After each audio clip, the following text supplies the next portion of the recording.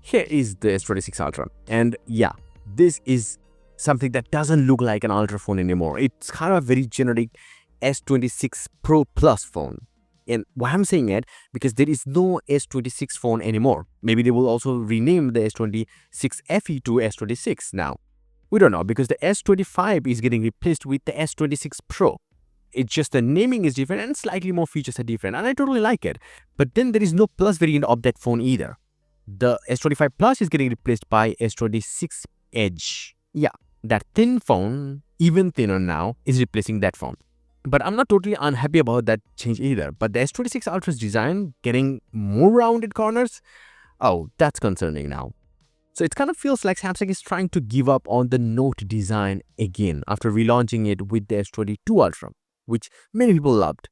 They refined it the most with the S25 Ultra, but now they're refining it even more when I don't think people are wanting it actually.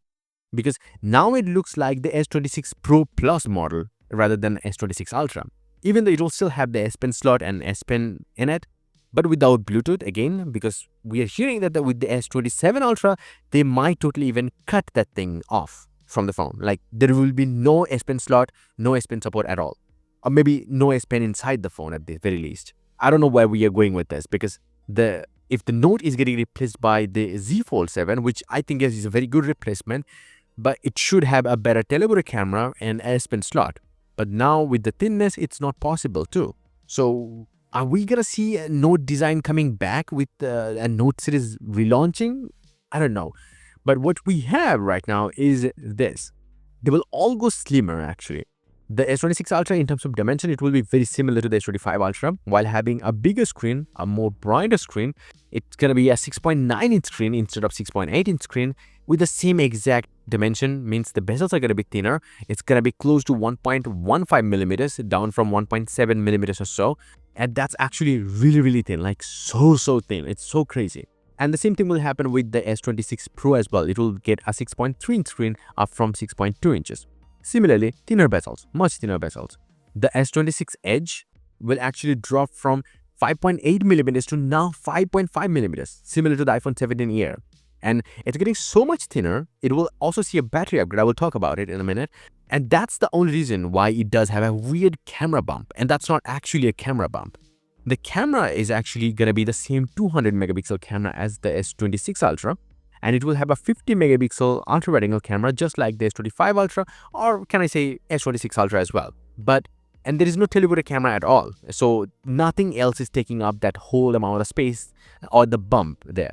It's actually the whole internals of the phone, because it's getting slimmer but also bigger battery. Even though it's a newer technology battery, so more density is there, but it still needs a lot more space in it.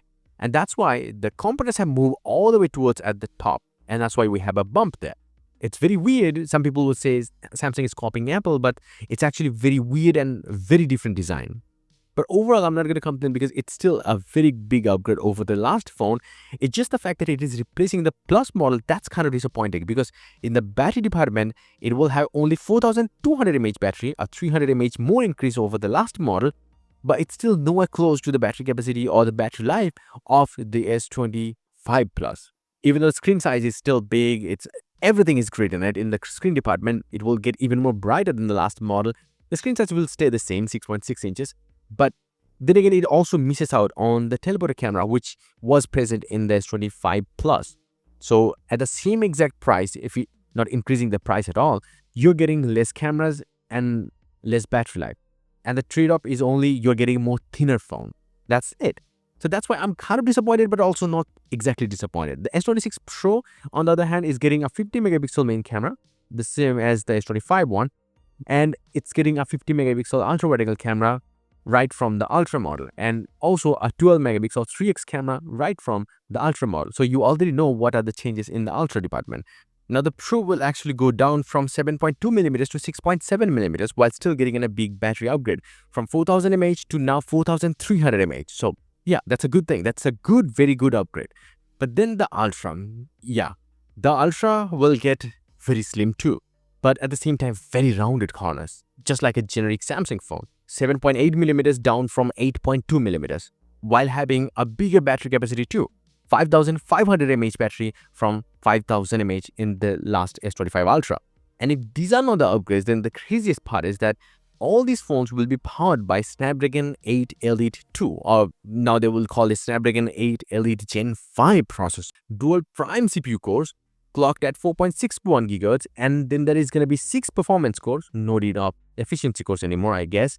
It's happening since last year anyway, but the 6 performance cores will be running at 3.63 GHz, and it will have the Adreno 840 GPU clocked at 1.2 GHz.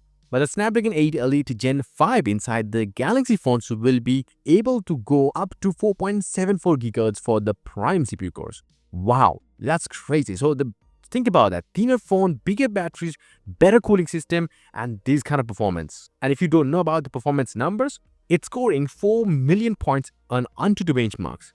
Way too good. And over 4,000 points in the single core test in the Geekbench. That's crazy desktop level performance, man. Now the S26 Ultra, even though the design it's the Galaxy S10 Plus successor. But now let's look at the cameras of the S26 Ultra. Are they getting an upgrade? Well, kind of yes, kind of no. So even though Samsung is selling their high-end teleporter camera to Vivo and other companies like the 200 megapixel 4x teleporter camera and whatnot, Samsung of their own isn't doing that well in that department. Samsung will stick with a 200 megapixel main camera, but this time the aperture is getting an upgrade, f1.4, and that's why Samsung has that camera island now, because otherwise the camera protrusions will be crazy in it. So they included that island there. And this time it's f1.4 up from f1.7, about 47% upgrade in the light intake. That means much less shutter speed, much faster shooting even when you are shooting 200 megapixel photos, and even better low light videos. Much better. But the ultra wide angle camera hasn't seen any upgrade, f1.9 50 megapixel camera. But if you talk about the sensor size of the main camera, it's still staying the same. It's the same exact sensor you can see inside the S23 Ultra. It's the ISOCELL HP2SX camera, same 1/1.3 sensor. Yeah, so Samsung hasn't even bothered to put a 1-inch type sensor, or at least try it. Yeah, that's what they're doing.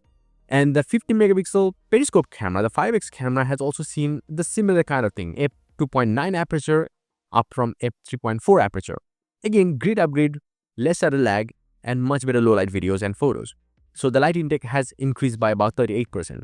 But then if you look at the 3x camera, they finally upgraded it, and it's not a 50 megapixel camera. It's a 12 megapixel f2.4 aperture camera with 20% more pixels increased. So we don't know about the sensor. So it's the bigger sensor or smaller sensor, we don't know that. So that's Samsung's upgrade for the S26 Ultra. By the way, the S26 Ultra will also get a charging upgrade to 60 watts now, that will be able to take the phone's battery from 0 to 90 in about 30 minutes. That's a big upgrade for Samsung Galaxy Ultra phones. But then we are also hearing that these phones will also come with the Qi 2 support using the third-party or first-party cases rather than having magnets inside the phones. But I don't know about that at this point. And that's probably it for the S26 lineup. So it seems like Samsung is kind of giving up on the Note design, or maybe they will relaunch the Note phones. We don't know. You tell me your opinion in the comment section below. And yes, if you want, you can get some crazy cool wallpapers up on my website. A link down below. Until the next one, bye and take care.